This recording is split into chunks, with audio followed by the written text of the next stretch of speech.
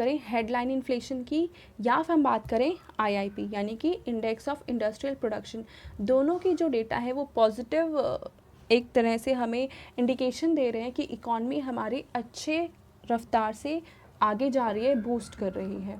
अब यहाँ पे हेडलाइन इन्फ्लेशन के जो रेट कम हुए हैं उसका रीज़न ये बताया जा रहा है कि जो हमारे फूड प्राइसेस हैं और जो ऑयल प्राइसेस हैं वो कम हो गए हैं। पिछले कुछ महीनों से जो क्रूड ऑयल है उसका प्राइस कम हो गया है, जो फूड है उसके प्राइसेस में हमने कमी देखी है। तो इस वजह से जो सीरियल्स हैं, वेजिटेबल्स हैं, ऑयल है, मिल्क है, तो इन सब के प्राइस में कमी होने की वजह से जो हेडलाइन इन्फ्लेशन है उसमें कमी आई है। और ये कहीं ना कहीं हमारे लिए अच्छा है क्योंकि बहुत ज़्यादा इन्फ्लेशन इकॉनमी को एडवर्सली इफ़ेक्ट डालता है।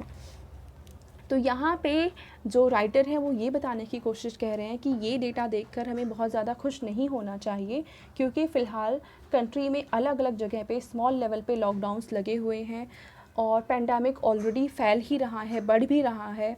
तो आने वाले टाइम में ये हमारी इकॉनमी पे एडवर्स इफ़ेक्ट डालेगा और जो हमारी इकॉनमी की हालत जो फ़िलहाल हम देखकर खुश हो रहे हैं वो इतनी खुश होने वाली बात नहीं है क्योंकि वो धीरे धीरे और ज़्यादा ख़राब होगी। और साथ ही साथ अगर हम ऑयल प्राइसेस की बात करें यानी क्रूड ऑयल की अगर हम बात करें तो उसका प्राइस फ़िलहाल कम आया था बट वो प्राइस वापस स्टेबलाइज़ हो रहा है, यानी कि ऑयल के प्राइसेस बढ़ेंगे। ऑयल के प्राइस बढ़ने से जो ट्रांसपोर्टेशन कॉस्ट है मटेरियल्स का, गुड्स का, वो बढ़ेगा और अगर वो बढ़ेगा तो गुड्स या जो दूसरे आइटम्स हैं उनके प्राइस भी बढ़ेंगे और उनके प्राइस बढ़ने से अगेन जो हेडलाइन इन्फ्लेशन है वो उसमें हम इंक्रीज़ देख पाएंगे। तो इस तरह से जो ये डेटा है वो कहीं ना कहीं एक लॉन्ग टर्म ड्यूरेबिलिटी को नहीं दर्शाता है। ये शॉर्ट टर्म डेटा है, अभी हम खुश हो सकते हैं बट इवेंचुअली ये बढ़ने वाला है और इस तरह से ये एडवर्स इफ़ेक्ट डालेगी फ़िलहाल की जो हमारी सिचुएशन है। The pandemic triggered factory shutdown threatening supply disruptions industrial production and inflation face challenges, यानी कि जो हमारे फैक्ट्री बंद हो रही हैं पैंडेमिक की वजह से, जो शटडाउन्स हो रहे हैं स्मॉल लेवल पे, ये सारी चीज़ें इफ़ेक्ट डालेंगे ही इकॉनमी पे। तो पॉलिसी मेकर्स को विजिलेंट रहना है और ये इंश्योर करना है कि धीरे धीरे जो ये इन्फ्लेशन है वो बहुत ज़्यादा ना हो। हालांकि हमें डिमांड बढ़ाने की ज़रूरत है इकॉनमी में, पर साथ ही साथ हमें ये भी इंश्योर करना है कि इन्फ्लेशन एक लिमिट से ज़्यादा ना बढ़ जाए इन रीजंस की वजह से जो इसमें बताए गए हैं।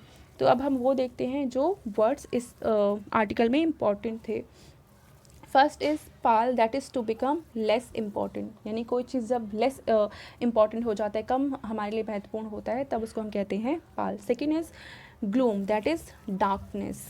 Third is haulage, that is commercial transport of goods, goods को कमर्शियल लेवल पे ट्रांसपोर्ट करना, स्थानांतरित करना, उसको हम कहेंगे haulage. Next is bolster, that is to support और एनकरेज। नेक्स्ट इज़, ये हमारा लास्ट आर्टिकल है आज का, the crime of enforced disappearances must end. तो यहाँ पे इन्होंने 3 कंट्री की कंडीशन को लेके एशिया की 3 कंट्रीज़ की कंडीशन को एक्सप्लेन किया हुआ है। फर्स्ट है म्यांमार, उसकी सिचुएशन से आप सभी लोग शायद परिचित होंगे कि क्या हो रहा है।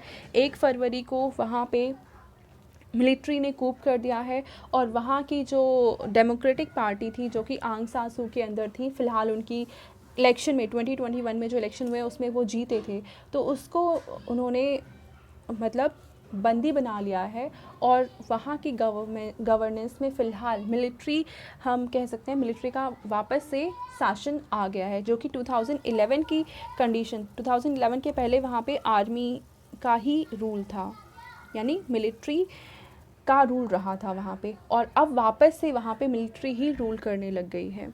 और ऐसे में जब वहाँ पे इसके अगेंस्ट एक्शंस लिए जा रहे हैं, जब सिटीजन्स इसका अगेंस्ट कर रहे हैं, तो वहाँ पे ऐसे केसेस देखे गए हैं कि लोग बहुत अच्छे खासे नंबर में डिसअपियर हो रहे हैं।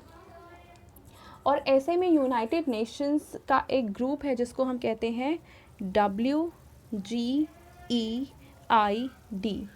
इसकी फुल फॉर्म है वर्किंग ग्रुप ऑन एनफोर्स्ड और इनवॉलंटरी डिसअपियरेंसेस, और ये किसके अंडर है? UN के अंदर, यानी यूनाइटेड नेशंस के अंदर। तो इनके पास बहुत सारे ऐसे रिपोर्ट्स इन्होंने रिसीव करी हैं जिसमें कंप्लेंट्स है इनके रिगार्डिंग कि बहुत से लोग डिसअपियर हो रहे हैं। तो ऐसे में इतने सारे केसेस का आना जहाँ पे बहुत सारे लोग डिसअपियर हो रहे हैं या उनके साथ टॉर्चर हो रहा है या उनको डिटेन कर लिया जा रहा है बिना किसी रीज़न के बताए, और इस तरह की जो सिचुएशन है वो म्यांमार में बहुत नॉर्मल हो चुकी हैं। और उसके बाद म्यांमार के बाद इन्होंने एक दूसरा एग्जाम्पल लिया है चाइना का। तो चाइना में एक प्रोविंस है जिंगजियांग प्रोविंस, वहाँ पे जो पॉपुलेशन है मेनली मुस्लिम पॉपुलेशन है जिसको हम कहते हैं उइगुर। उस जो पॉपुलेशन है मुस्लिम पॉपुलेशन है उसको हम कहते हैं उइगुर पॉपुलेशन। और इनके अगेंस्ट अभी नहीं बल्कि बहुत समय से चाइना में हमेशा चाइना पे आरोप लगाया जाता है कि वो अपनी उइगुर पॉपुलेशन के साथ को एक्सप्लॉइट करती है, उनके साथ बहुत ही गलत ट्रीटमेंट होता है। तो वहाँ पे भी जो, और ऐसे हर जगह जहाँ पे भी इस तरह के सिचुएशंस आती हैं जब लोगों को मतलब लोग डिसअपियर हो जाते हैं, उनके साथ टॉर्चर होता है, एक्सप्लॉइटेशन होता है, तो ये जो यूनाइटेड नेशन का वर्किंग ग्रुप है वो वहाँ पे एक्टिव होता है और अपने बिहाफ पे वो काम करता है, और जो वहाँ की गवर्नमेंट्स हैं उनको रिस्पॉन्सिबल ठहराने की कोशिश करता है, अकाउंटेबल करता है, और साथ ही साथ उन फैमिलीज़ की जहाँ से मेंबर्स गायब हो रहे हैं उनकी हेल्प करने की कोशिश भी की जाती है। तो ऐसे में हो क्या रहा है कि वहाँ पे मतलब कि चाइना में एक अमेंडमेंट किया गया था आर्टिकल 73 के तहत जिसका नाम है residential surveillance at designated location, यानी कि चाइना ने खुद को एम्पावर कर लिया है कि वो कुछ कुछ जगहों पर सर्विलेंस कर सकता है। और किन का कर सकता है? अपने ही रेजिडेंट्स का, यानी चाइना के जो रेजिडेंट्स हैं मेनली वो उइगुर पॉपुलेशन को वहाँ पे उन पे विजिल रखने के लिए, सर्विलेंस करने के लिए ये लॉ बनाया गया था। और इन पॉपुलेशन को किसी भी कारण से, किसी भी बेकार सा कारण देकर उन्हें बंदी बना लिया जाता है या उन्हें टॉर्चर किया जाता है, या फिर ये कहकर कि उन्हें वोकेशनल एजुकेशन दी जा रही है, उन्हें ट्रेनिंग सेंटर्स में भेजा जा रहा है, और फिर उनको उनकी फैमिली से अलग कर लिया जाता है बिना किसी मतलब बिना ये बताया कि उन्हें कहाँ रखा जाएगा, किस कंडीशन में रखा जाएगा, और फिर वो अपनी फैमिली से कभी मिल भी पाते हैं, इसके चांसेस बहुत कम ही होते हैं। तो ये सिचुएशन ऐसा चाइना में भी हो रही है। और इसके पहले हम एक और एग्जांपल इन्होंने बता रखा है श्रीलंका का। श्रीलंका में आप लोग जानते होंगे कि श्रीलंका में 2 तरह की कम्युनिटीज़ रहती हैं, एक है तमिल और दूसरी है सिंगली। तो सिंगली वहाँ पे जो है वो मेजॉरिटी में है, और जो तमिल है वो वहाँ की माइनॉरिटी कम्युनिटी है। और अक्सर वहाँ पे इन दोनों कम्युनिटीज़ में में क्लैशेस होते रहते हैं, और बहुत लंबे समय से इसकी जो माइनॉरिटी यानी तमिल कम्युनिटी है उसके अगेंस्ट बहुत सारे एक्सप्लॉइटेशंस, टॉर्चर्स, इसी तरह की कंडीशन रही हैं।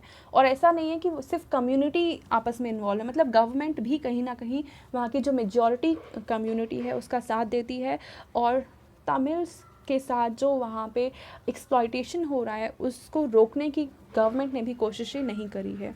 हाँ, कुछ समय पहले ये कोशिश की गई थी, गवर्नमेंट ने कुछ इनिशिएटिव्स लिए थे, पर उसको वापस से रोक लिए गए हैं। मतलब इन्हें सर्च करने की कोशिश या इन्वेस्टिगेट करने की कोशिश की, इस तरह के क्राइम क्यों हो रहे हैं, कैसे हो रहे हैं, पर उसको सरकार ने फिर से रोक दिया है। और उस तरह की जो पहले कंडीशन हुआ करती थी, यानी तमिल्स को वहाँ पे एक्सप्लॉइट किया जाता था, वैसी कंडीशन वापस वहाँ पे पैदा हो रही हैं।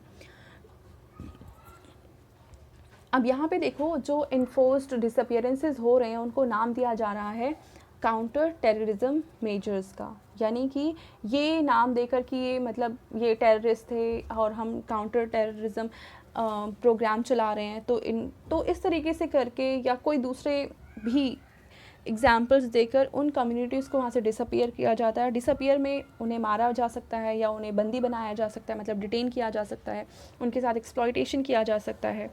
तो इस तरह की कंडीशन होती हैं, बहुत सारी कंट्रीज़ में है। इन्होंने यहाँ पे म्यांमार, चाइना और श्रीलंका का एग्जाम्पल लिया हुआ है। अब इसकी शुरुआत कैसे, फर्स्ट केसेस यहाँ पे मतलब कहाँ देखे गए थे, ये शुरुआत कब हुई थी? तो 1970s या 80s के टाइम पे एक वॉर लड़ा गया था जिसका नाम है डर्टी वॉर, और ये कहाँ लड़ा गया था? ये था अर्जेंटीना में। तो अर्जेंटीना की मिलिट्री ने सेम ऐसे ही किया था अपने सिटीजन्स के अगेंस्ट। वहाँ पे लोगों की किडनैपिंग की गई थी, उन्हें टॉर्चर किया गया था, और फिर वहाँ पे जो यूनाइटेड नेशंस का जो ये वर्किंग ग्रुप है उस इस इंसिडेंट के बाद ये जो वर्किंग ग्रुप है उसको इस्टेब्लिश किया गया था इस तरह के केसेस को रोकने के लिए।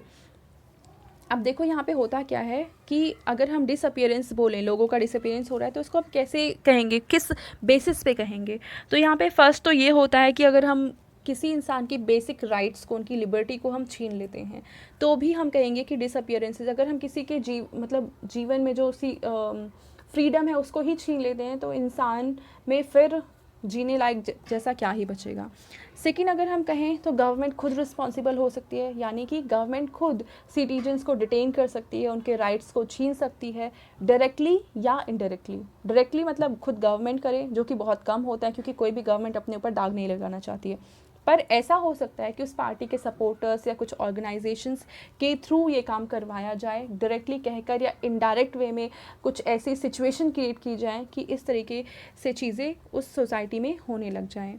और थर्ड है कि इस तरह के अगर क्राइम्स हो रहे हैं, इस तरह की सिचुएशंस किसी कंट्री में हैं और गवर्नमेंट इंटरवेन करने से मना कर दे, और मना कर दे कि इस तरह की कंडीशन उस कंट्री में प्रेवलेंट भी हैं, तो इस तरीके से गवर्नमेंट का रोल डायरेक्टली या इनडायरेक्टली इन केसेस में, इन सिनेरियोज़ में हो सकता है।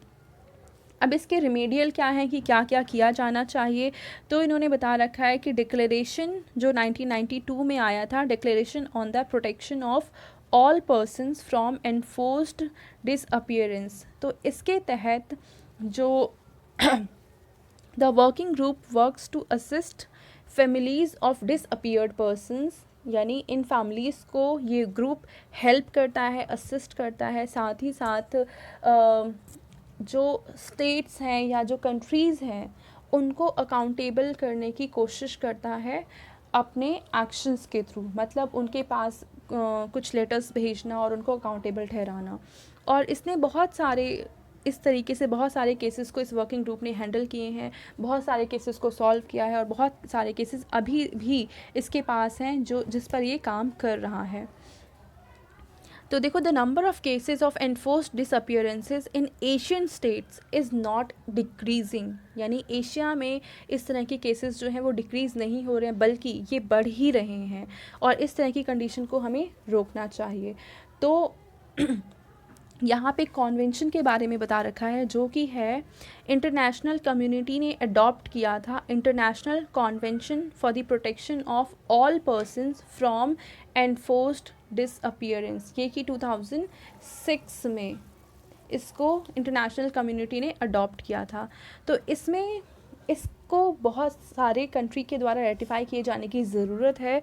इसको सिर्फ़ और सिर्फ 63 कंट्रीज़ ने रेटिफाई किया है। और अगर हम देखें बाकी ऑर्गेनाइजेशन जैसे कि WTO है, WHO है, UN है, तो ऐसे ऑर्गेनाइजेशंस के कंपैरिजन में अगर हम इस इनिशिएटिव की बात करें तो बहुत कम कंट्री ने इसको अपनाया है, यानी साइन किया है। और रेटिफाई तो बहुत ही कम कंट्रीज़ ने किया है। रेटिफाई का मतलब होता है जब आप किसी इंटरनेशनल किसी ट्रीटी को साइन कर लेते हैं, मतलब आप उसे एक्सेप्ट करने के लिए विलिंग हैं, लेकिन उस ट्रीटी को आप अपने आप ही, मतलब सिर्फ गवर्नमेंट अपने बेसिस पे नहीं इनिशिएट कर सकती है, उसको उस कंट्री के पार्लियामेंट के द्वारा भी एक्सेप्टेंस मिलना चाहिए। तो जब पार्लियामेंट के द्वारा भी एक्सेप्टेंस मिल जाएगा तब हम कहेंगे कि इस इनिशिएटिव को रेटिफाई कर दिया गया उस कंट्री के द्वारा।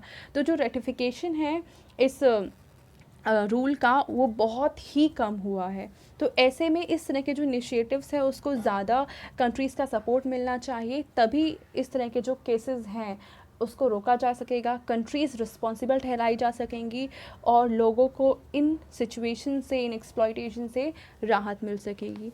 An enforced disappearance is a continuous crime that needs a comprehensive approach to fight against it. तो इंटरनेशनल कम्युनिटी को साथ में आना पड़ेगा, एक कॉम्प्रिहेंसिव अप्रोच बनानी पड़ेगी और फिर इससे फ़ाइट करने की, मतलब पूरे विल पावर के साथ फ़ाइट करने की ज़रूरत है, तभी इस तरह के क्राइम्स को रोका जा सकता है। और इस तरह के जो क्राइम्स है वो ह्यूमैनिटी की जो बेसिक नीड्स है, उसकी डेफिनेशन है, उसको ही वायलेट करती है, उसके ही अगेंस्ट जाती है। तो इसके अगेंस्ट काम करने की ज़रूरत है, इंटरनेशनली यानी ग्लोबली सभी कंट्रीज़ को साथ में आने की ज़रूरत है। इस तरह की सिचुएशंस को सीरियसली हैंडल करने की ज़रूरत है और इसमें जो लॉज हैं उनको स्ट्रेंथन किए जाने चाहिए और जो गवर्नमेंट है वहाँ की, जो स्टेट्स हैं, उनको भी अकाउंटेबल ठहराने के लिए कुछ इनिशिएटिव्स लिए जाने चाहिए। तो ये पूरा आर्टिकल था। अब हम पढ़ते हैं इनके important words. First is trivial, that is less important. Second is incommunicado, that is having no communication with anybody, यानी किसी के साथ किसी भी तरह का कम्युनिकेशन ना होना। Third is impunity, that is exemption, यानी किसी चीज़ से आपको एग्जेम्प्ट किया गया है, ठीक है, तो उसको हम कहेंगे इम्प्यूनिटी। तो ये थे आज हमारे 4 आर्टिकल जो हमने डिस्कस किए, और ये 4 ही आर्टिकल आज के न्यूज़पेपर में इम्पॉर्टेंट थे। तो यहाँ पे हमारा ख़त्म होता है एडिटोरियल डिस्कशन। Thank you.